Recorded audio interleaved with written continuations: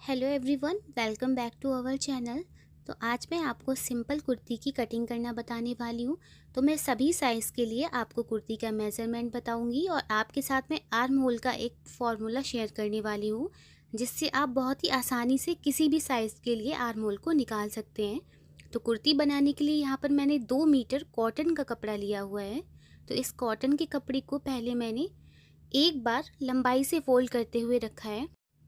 अभी मेरे कपड़े का प्रिंट देखें तो प्रिंट जो है नीचे की साइड पे जा रहा है। तो अगर आपके भी कपड़े में इसी तरीके से प्रिंट है तो आपको प्रिंट का भी ध्यान देना है। तो अभी मैं कपड़े को 4 परत में फोल्ड कर रही हूँ। तो मैंने कपड़े को उतना ही फोल्ड किया है जितना कि मुझे ज़रूरत है। तो यहाँ पे मैं इसको 14 इंच जितना फोल्ड कर रही हूँ। तो इस तरह से कटिंग करने से आप एक्स्ट्रा कपड़ा बचा सकते हैं। तो जितना ज़रूरत है मैंने उतना कपड़ा फोल्ड कर लिया है। अब जो एक्स्ट्रा कपड़ा है मैं उसकी कटिंग कर दूंगी। तो ये कपड़ा हमें 4 परत में कुर्ती के लिए मिल गया है। जो साइड से कपड़ा मिला है ये 2 परत में मिलेगा। इसका इस्तेमाल हम आस्तीन बनाने में करेंगे। तो अभी यहाँ पे हम प्रिंट की बात करें तो जो मेरा फ्रंट पार्ट वाला साइड है उसमें प्रिंट देखिए ऊपर की तरफ जा रहा है, और जो अंदर की साइड जो बैक पार्ट आएगा उसमें प्रिंट ध्यान देंगे तो नीचे की तरफ जा रहा है। तो हमें इस चीज़ का भी ध्यान रखना है।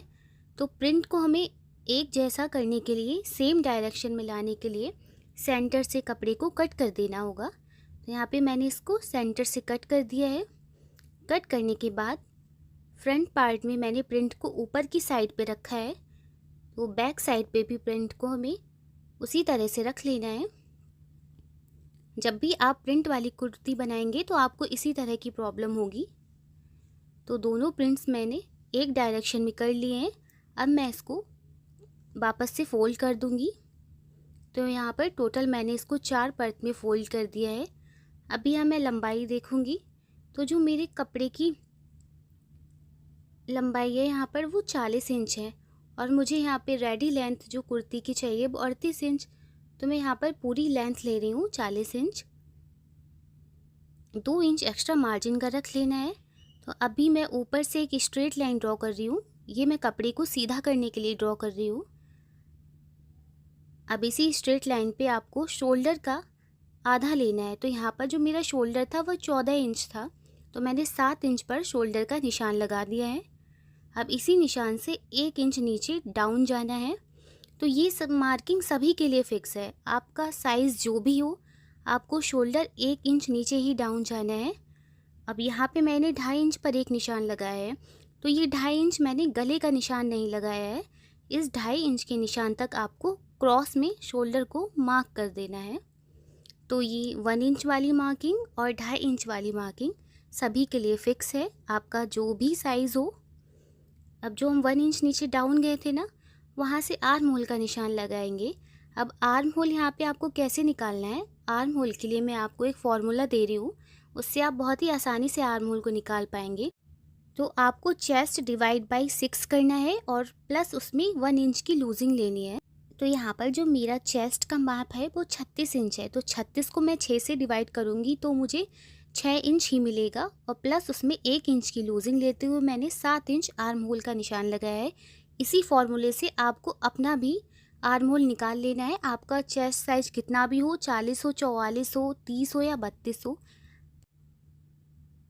अभी हम यहाँ सेंटर से कमर की लंबाई का निशान लगाएंगे। तो यहाँ पे मैं कमर की लंबाई ले रही हूँ 14.5 इंच पर। तो मैं 14.5 इंच क्यों ले रही हूँ, नॉर्मली हम देखिए 14 इंच पर कमर का निशान लगा लेते हैं, पर आप देखेंगे आधा इंच जब हम शोल्डर को सिलते हैं ना तो हमारी वहाँ से लंबाई शॉर्ट हो जाती है। इसलिए मैं यहाँ पर आधा इंच पहले से ही ऐड कर रही हूँ। तो मैंने 14.5 इंच पर निशान लगाया है। इसी तरह 21.5 इंच पर मैं हिप की लंबाई का निशान लगा रही हूँ। इसकी भी एक स्ट्रेट लाइन ड्रॉ कर देंगे। अब यहाँ पे हम चेस्ट का 4th पार्ट लेंगे। तो यहाँ चेस्ट है जो मेरी 36 इंच है, तो चेस्ट को आपको 4 से डिवाइड कर देना है। तो मुझे यहाँ मिलेगा 9 इंच। 9 इंच में मैं आधा इंच की लूजिंग रखते हुए 9.5 इंच पर चेस्ट का निशान लगा रही हूँ। तो 9.5 इंच मैंने यहाँ पे निशान लगा दिया। साथ में मैंने 2 इंच मार्जिन का भी इसमें ले लिया है। तो आपको 1.5 से 2 इंच मार्जिन का भी रखना है। इसी तरह कमर में मैंने 8.5 इंच पर निशान लगाया है। तो कमर मेरी 32 इंच थी, उसका चौथाई भाग 8 इंच हुआ, पर मैंने आधा इंच की लूजिंग इसमें भी ली है। इसी तरह जो हिप राउंड है, हिप राउंड में आपको 1.5 से 2 इंच जितनी लूजिंग रखनी है। तो मैं यहाँ पर हिप राउंड का निशान लगा रही हूँ 11 इंच पे। मेरा जो हिप राउंड था वो 38 इंच था, तो मैंने उसमें 1.5 से 2 इंच जितनी लूजिंग रख ली है। साथ में मार्जिन का मैंने 2 इंच पर एक निशान लगा दिया है। अब इन सभी मार्किंग को मिलाते जाना है। बहुत ही आसानी से आप इस तरह से स्टेप बाय स्टेप कुर्ती की मार्किंग कर सकते हैं। अब जो वेस्ट वाला हिस्सा है ना, जो पॉइंट बन रहा है, इसको आप इस तरह से राउंड ले सकते हैं जब भी हम इसको सिलेंगे। तो अभी जो हिप पे हमारा निशान 13 इंच पे आ रहा है, तो बॉटम में भी हम 13 इंच पर ही निशान लगा देंगे। इस तरह से एक स्ट्रेट लाइन ड्रॉ कर लेनी है।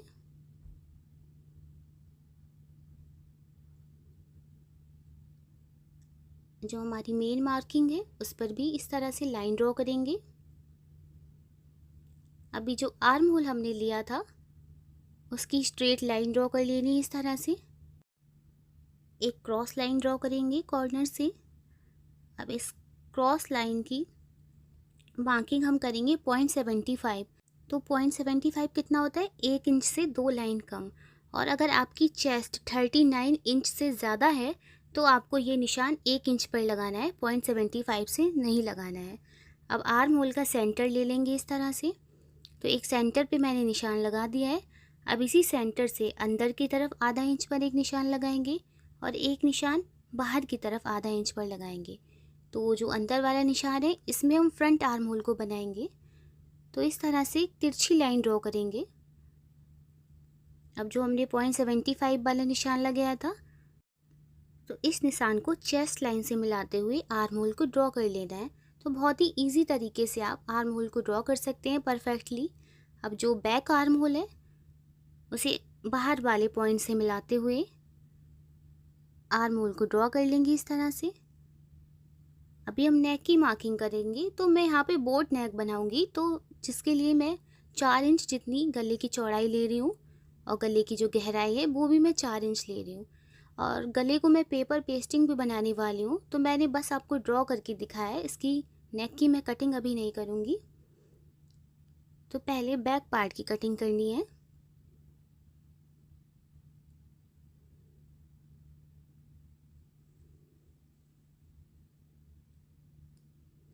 तो बैक पार्ट की कटिंग कर लेने के बाद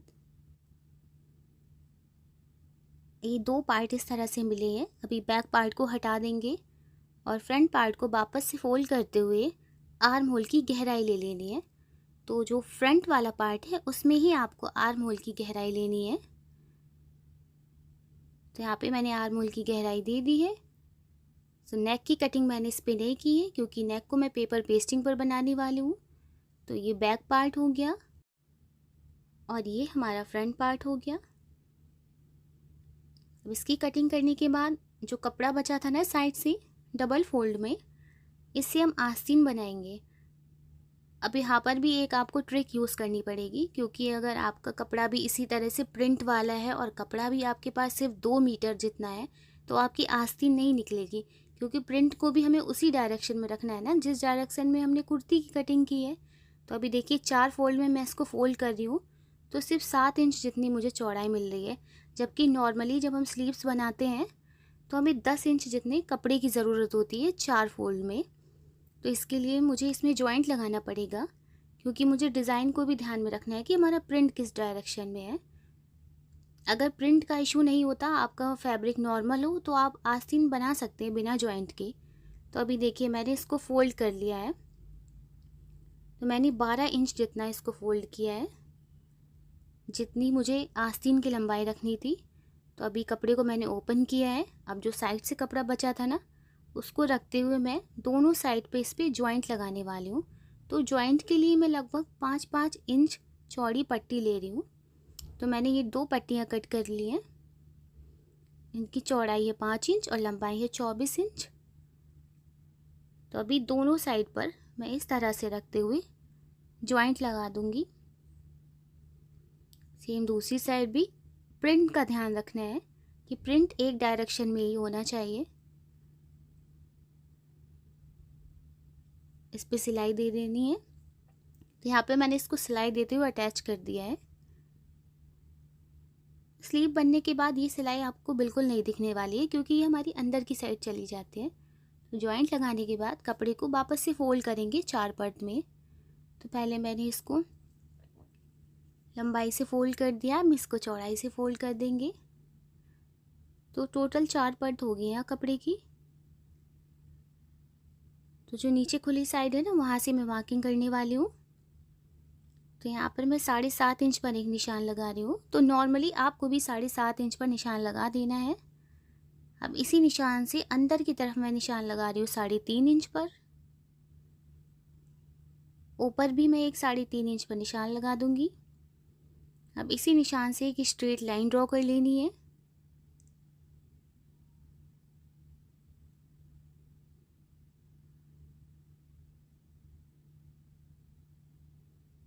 तो ये जो 7.5 इंच वाली मार्किंग है, यहाँ से इस तरह से ऊपर की तरफ ले जाते हुए आस्तीन का शेप ड्रॉ कर लेना है। अब शेप ड्रॉ करने के बाद जो आगे की गोलाई है उसके लिए मैं निशान लगा रही हूँ 5.5 इंच पर, प्लस 2 इंच की मार्जिन में ले रही हूँ। यहाँ पे भी 2 इंच की मार्जिन में रख रही हूँ। अब स्ट्रेट लाइन ड्रॉ करते हुए स्लीव का प्रॉपर शेप बना लेना है। आगे की साइड भी एक स्ट्रेट लाइन ड्रॉ कर रही हूँ जिससे अनइक्वल फैब्रिक है वो सीधा हो जाए। अभी इसकी कटिंग कर लेनी है।